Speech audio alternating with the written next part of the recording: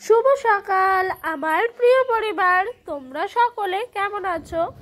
আশা করছি যে যেখান থেকে আমার ব্লগটা দেখছো সকলে ভালো আছো। তোমাদের আশীর্বাদ ও ভালোবাসার সাথে নিয়ে আজকে ব্লগটা শুরু করলাম। এখন বাজে ঘড়ির কাঁটায় ওই সকাল 7টা মতো। ঘুমের থেকে উঠে কিন্তু সংসারের সমস্ত কাজ বাজে হাত দিয়ে দিয়েছি। ওদিক দিয়ে ব্রাশ করা, চা খাওয়া হয়ে গেছে। তারপর এরই মধ্যে এদিকে আসলাম বিছানাটা সুন্দর করে পরিপাটি করে গুছিয়ে রাখতে। আর জানো তো বন্ধুরা, আমাদের এই বাড়ির এই বিছানা মানে ঘরের বিছানাগুলোই কিন্তু আমাদের ঘরের আসল সৌন্দর্যটাকে ধরে রাখে। তো বিছানা তোলা হলো, এদিক দিয়ে একটু ভাতও বসিয়ে দিলাম। আর ডোডো একটা ওর ফ্রেন্ড আছে, মানে এই যে বাচ্চা মেয়েটিকে দেখছো, এটাই হলো আমার একটা বান্ধবীর মেয়ে। মানে ওর মায়ের সাথে আমার ছোটোবেলায় অনেক ভালো সুন্দর সুন্দর মুহূর্ত কাটিয়েছি। তো ওরই মেয়ের সঙ্গে খেলা করছে। এদিক দিয়ে ওরা দুজন খুব মেতেছে খেলায়। আমি ভাবছি তারই মাঝে সংসারের সমস্ত কাজকর্মগুলো সেরে নেবো। তো ওই দিক দিয়ে ওরা খেলাধুলা করছে, আর এদিক দিয়ে এই যে একটা তোমার খেরোটাকেও সুন্দর করে কেটে নিচ্ছি। আর তোমরা এইটাকে কে কী নামে চেনো আমাকে অবশ্যই কিন্তু কমেন্ট বক্সে এসে কমেন্ট করে জানিও কিন্তু। আর এই খেরো জানো তো খেতে ভীষণ ভাল লাগে। খেরোর তরকারি অনেকটা কীরকম লাগে যেন লাউ বা তোমার চাল কুমড়ো। তো যাই হোক, মা বলেছে খেরোটা কেটে ভালো করে রাখতে, তারপরে তরকারি করে নিতে। সেই খেরোটাই এখন তরকারি করব বলে তার প্রস্তুতি নিচ্ছি। আর জানো তো এই খেরোটা করব একটু তোমার ডাল দিয়ে, মানে মুগের ডাল দিয়ে। এই খেরোটা যেন সব জায়গায় পাওয়া যায় না। আমার শ্বশুরবাড়ির ওইদিকে একটু এই খেরো কোনোদিন আমি দেখলাম না পেতে। আর ওইখানকার মানুষকে আমি বলেছি যে খেরো ওরা বলে চেনেই না। তো আমার সেই মতেই মনে হয় খেরো মনে হয় সব জায়গায় পাওয়া যায় না। দেখেছো ডোডোর কাণ্ড, আমি এসছি কলে, ও আমার সঙ্গে সঙ্গে এসছে। এদিক দিয়ে আমার ভাত হয়ে গেল, ভাতটা নামিয়ে নিলাম। ওদিক দিয়ে ডোডোকে বললাম তুই চুপ করে দাঁড়া, আমি ফ্যানের মারটা গালিয়ে নিই, তারপর না হয় তোকে বলে নেব। তো যাই হোক, কথাবার্তা হতে হতে রান্নাবান্নাও কিন্তু তোড়জোড়ভাবে শুরু হয়ে গেছে। কড়াইটাও বসিয়ে দিলাম তোমার গ্যাসের ওপরে। আর খেরোটা করবো, খেরোতে বেশি কিছু দিতে হয় না জানো, এই জিরে আর তোমার শুকনো লঙ্কা একটা 4 ভাগ করে ফোড়ন দিয়ে দিলাম। এই ফোড়নটা ভালো করে তেলে নেড়ে চেড়ে গরম হবে, তারপরে কিন্তু ওই ধুয়ে রাখা খেরোটা দিতে হবে। আর খেরোটা দেখতে অনেকটা তোমার ওই যে বাড়তি শশাগুলো হয় না, সেই ধরনের। আর কাটার পরও কিন্তু ওই শশার মতনই লাগছে বলো। এ যেন এক নতুন রান্না, ভীষণ ভাল লাগে। মানে না খেয়ে খেয়ে যেন তো এখন মনে হয় যে খেলে পরে এক নতুন রান্না খাচ্ছি। এই স্বাদগুলো বড় অচেনা, কিন্তু কি বলতো এগুলোই ছিল আগে নিত্যদিনের মানে খাবারের একটা সাথী বলতে পারো। যাই হোক, মেয়েদের জীবনটা অনেকটাই অন্যরকম হয়ে যায় মেয়েদের বিয়ের পর। তাই জানো তো আমার মনে হয় যে পার্সোনালি যে মেয়েদের জীবনটা হলো জুয়া খেলা, বিয়েটাই হলো জুয়া খেলা। বিয়ের পর যদি মেয়েদের স্বামী সংসার ভালো হয় তাহলে অনেক ভালোই থাকবে, আর যদি ভালো না হয় তাহলে জীবনটা একেবারে বরবাদ হয়ে যাবে। তো এই দিক দিয়ে ঢাকা চাপা দিয়ে রেখেছিলাম খেরোটা, তো ঢাকাটা তুলে নিলাম। এই দিক দিয়ে দেখেছো কি সুন্দরভাবে খেরোটা থেকে একটু একটু করে জল বেরিয়ে যাচ্ছে। আর এই খেরো রান্না করতে গেলে একটু জল দিতে লাগে না, যেহেতু খেরোর মধ্যে জল থাকে। তাও মনে হচ্ছে খেরোটা পুরো টাটকা নয়, বাজার থেকে আনা তো, তার মধ্যে আবার একদিন ঘরে ছিল মাঝে, সেই জন্য মনে হচ্ছে একটু যেন জলটা কম বেরোচ্ছে। তারপর দেখি না, ভালোই বেরোচ্ছে। এদিক দিয়ে একটু মুগের ডাল দিয়ে দিলাম। আর এই মুগের ডালটা জানো তো আগের থেকেই ভেজে রাখা ছিল। আর এই মুগের ডাল দিয়ে খেরো দিয়ে তরকারিটা করতে হবে। অবশ্য অনেকদিন করি না তো, তাই একটু ভুলে গেছিলাম। এই খেরোটা প্রথমে মুগের ডালটা সেদ্ধ করে নিতে হয়, তারপরে তোমার তেলের ওপর সম্বার দিতে হয়। যাই হোক, এরকমভাবে খেতেও কিন্তু খুব একটা খারাপ লাগেনি। আর এদিক দিয়ে খেরোটা কেটে যে সমস্ত নোংরাগুলো ছিল মানে খেরোর খোসাগুলো, সেই সমস্ত তুলে নিলাম। তারপর গেছিলাম একটু বাজারে, জানো মানে বাড়ির সামনে দিয়ে একটু চিকেন আনতে গেছিলাম। ওদিক দিয়ে এক কাকিমা আছে প্রতিবেশী, তো ওই কাকিমাই আমার সঙ্গে গল্প করছিল, বলছিল কখন গেছিলে বাজার, কখন আনলে, কেমন কি দর চলছে, সেই সমস্ত কথাবার্তাগুলোই চলছিল। আর জানো মেয়েরা একটা বয়সের পর দেখবে যারা মা কাকিমা থাকে তাদের সঙ্গেও যেন নিজের মেন্টালিটিটা এক হয়ে যায়। মেয়েদের হয়তো এটাই জীবন। আর কিন্তু ছেলেদের মাঝে দেখবা যে একটা বয়স্ক মানুষের সঙ্গে একটা ইয়াং ছেলে যাবে না, কিন্তু আমরা মেয়েরা একটা বয়স্ক মানুষের সঙ্গেও মানে মা কাকিমা যেরকম বয়সে তাদের সঙ্গেও আমাদের মেন্টালিটি ঠিক মিশে যায়। যেহেতু ওনারাও সংসার জীবনে রয়েছে, আমরাও সংসার জীবনে রয়েছি। অবশ্য ওনাদের হিসাবটা অনেকটাই বেশি, আর আমাদের হিসাবটা না হয় হাতে গোনা কয়েকটা বছর। এই যেরকম ধরো আমার জীবনটা চলছে, মানে সংসার জীবন চলছে 4 বছর চলছে রানিং, কিন্তু ওই কাকিমার সংসারটা হলো এই 12-13 বছরের। কিন্তু কাকিমার সঙ্গেও আমার বেশ খাপ খায়, কথাবার্তা মিলমিশ মানে সবেতেই যেন বেশ ঠিকঠাক রয়ে গেছে। সেই জন্যই বলা হয় জানো তো, মেয়েরা হলো মানে মায়েদের দুঃখ কষ্ট বোঝে। সত্যি বলতে এরকমটাই হয়। যাই হোক, মা গেছিল একটু বাজারে, মাও এলো, মায়ের কাপড়টা নিয়ে চলে আসলাম একেবারে কলের পাড়ে। ভালো করে জল দিয়ে ভিজিয়ে রাখছি, প্রত্যেক দিন তো কাচাকুচি সম্ভব হয় না। আর জানো তো মা বাইরে থেকে এলে কাপড় জামা না ধুয়ে ঘরে ঢোকেন না, সেই কারণে আমি আগে জলে ভিজিয়ে রাখছি, তারপর কোনো এক সময় করে এটা ধুয়ে নেবো। আর এদিক দিয়ে খেরোটা বসিয়ে দিয়ে গেছিলাম, জল তোমার বেরিয়েই গেছে।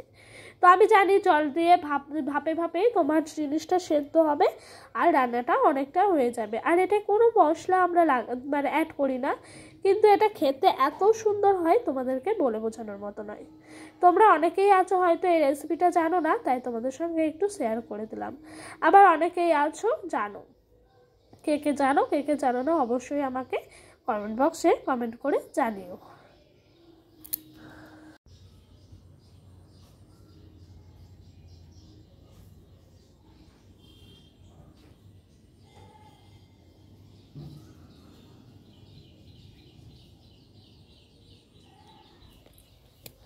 তো ওই দিক দিয়ে আমার হয়ে গেল খেরো নামানো। এদিক দিয়ে আলুটাও ডুমো ডুমো করে কেটে রেখেছিলাম, সেই আলুটাই ভালো করে ভেজে নিলাম। ওপর দিয়ে দেখেছো কি সুন্দরভাবে কোট পড়ে গেছে, মানে আলুটা পুরো ডিপ সেদ্ধ হয়নি, কিন্তু ওপর ওপর যে সিদ্ধটা হয় সেটা হয়ে গেছে। আর এই আলুটা এত ভালো আলু কি বলবো, এটা যদি একটু চিকেনের সঙ্গে কষানো হয় না, তাহলে আলুটা অনেকটাই সেদ্ধ হয়ে যাবে আর হয়েও যাবে।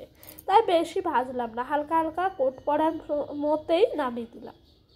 তো ওদিক দিয়ে মশলা বাটাও হয়ে গেল, এদিক দিয়ে পেঁয়াজটা কুচি করে রেখেছিলাম, তো পেঁয়াজটাও চিকেনের ওপর দিয়ে দিলাম। আর এক বন্ধু আমায় কমেন্ট করেছে যে কেমন আছি, ভালো আছি, আমার বর কী কাজ করে, সেগুলো না হয় আগের দিনই তোমায় উত্তর দিয়ে দিয়েছি। আর তুমি দিদিভাই আমাকে বলেছিলে যে আমার কি কি সোনার জিনিস আছে। সত্যি কথা বলতে আমার সোনার জিনিস সেরকম কিছুই নেই গো। মানে কি বলবো, আমার বিয়ে হয়েছিল তো আমার বাড়ি থেকে বলা হয়েছিল কিছু সেরকম দিতে পারবে না সেই মুহূর্তে দাঁড়িয়ে। তো আমার মা যেটুকু পেয়েছিল নিজের সামর্থ্য অনুযায়ী, ওই যেটুকু দেয় হাতের কানে ওইটুকু, আর ছেলের আংটি দানপত্র, সেরকমভাবে কিছুই দেয়নি। আর আমার বরের বাড়ি থেকে আমাকে শুধু একটা নাকচাবি দিয়ে আশীর্বাদ করা হয়েছিল, আর সেই মুহূর্তে দাঁড়িয়ে কারোরই সামর্থ্য অনুযায়ী ছিল না। তাই আমি যেটুকু আছে সেটুকু নিয়ে অনেক খুশি। আর সেরকমভাবে আমার কিছু নেই গো আমার গোল্ড জুয়েলারি বলতে।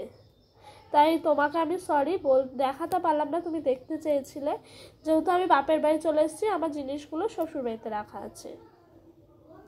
কথা বলতে বলতে রান্না বান্নার পর্ব শেষ করে স্নানে গেছিলাম, স্নান সেরে একেবারে চলে এসেছি জামা কাপড়গুলো ভালো করে এই দড়ির মধ্যে নেড়ে দিতে। তো ওই দিক দিয়ে আমার নাইটিটাও মেললাম, আর একটা নাইটি ছিল ওই নাইটিটাও কিন্তু মেলে দিচ্ছিলাম।